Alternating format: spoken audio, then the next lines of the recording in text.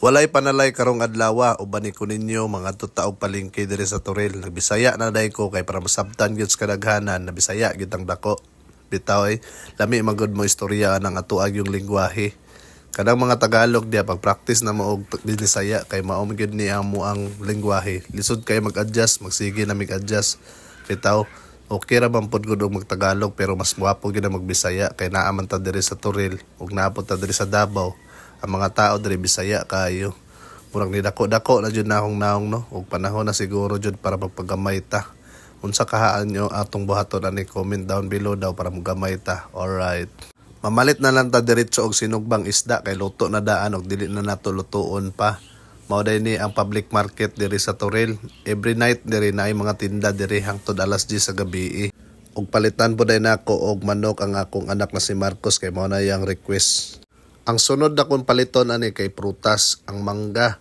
Naaday ko'y suki na rin na followers nato. Mauday ni ang ato ang palitanan og prutas. Shout out sa imuha di madam. Mauday ni ang prutas karon 180 ang kilos mangga. Halang-halang yun pero okay ra.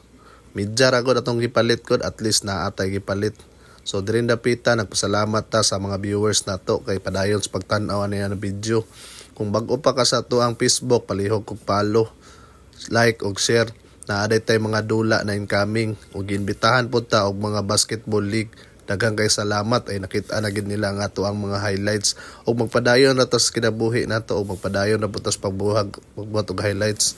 Medyo lisod jud ang mag voice over pero paning kamutan gyud nato na makat-on jud ta kay wala man tay mahimo kay mao man atong gipili na career padayon ra. Bitaw nalipay lang ta ba kay hapit na ta mag 4,000 sa subscribers dito sa YouTube ug kinis Facebook po 3,000 na ta pero balansi tanan 7,000 tanan. Mao na kung gasugod pa ka sa pagbuhat og mga videos karon ayaw lang pagdali. Ana ra gyud ang panahon moabot ra gyud na para sa imuha ang imuhang era or imuhang prime. Murag og ako gud kadugay na ko nagbuhat og video 2018 pa pero karon pa ko nibalik og active. Ana man gyud ang kinabuhi, bation tagkala ay og kakapoy pero padayon ra gyud nato. Ato ra gyud isulod sa tong hunahuna kung kanus ata nagsugod og asa na ta dapita karon kay kung muundang ta mao ra gyud giingon na inconsistent ta. Mao bitaw nang moingon pud ang uban tao na padayon ra, punal ra pero dili gid lalim. Pero nagpasalamat jud ko kay naa ko'y rason karon kay 3,000 na akong followers. Bawal na pud ta magloya-loya kay swildado na ta sa YouTube.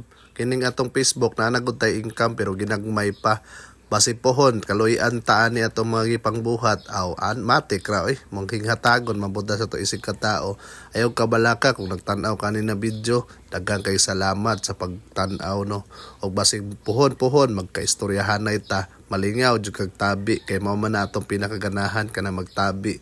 Unta daghan kay mosuporta sa tuon channel, daghan po salamat sa atong mga followers na makita nato support na mutagad sa to ayaw gyud mo og kaulaw pagtagad kay dili pud ta maulaw mutagad sa inyo ha. Ana lang gud ang kinabuhi gud mayong tao ug maayo ra gid ta sa to isig ka tao kay para ayuhon pud ta. Alright, daghang salamat sa pagtan-aw ni na video ug sa sunod. Psst.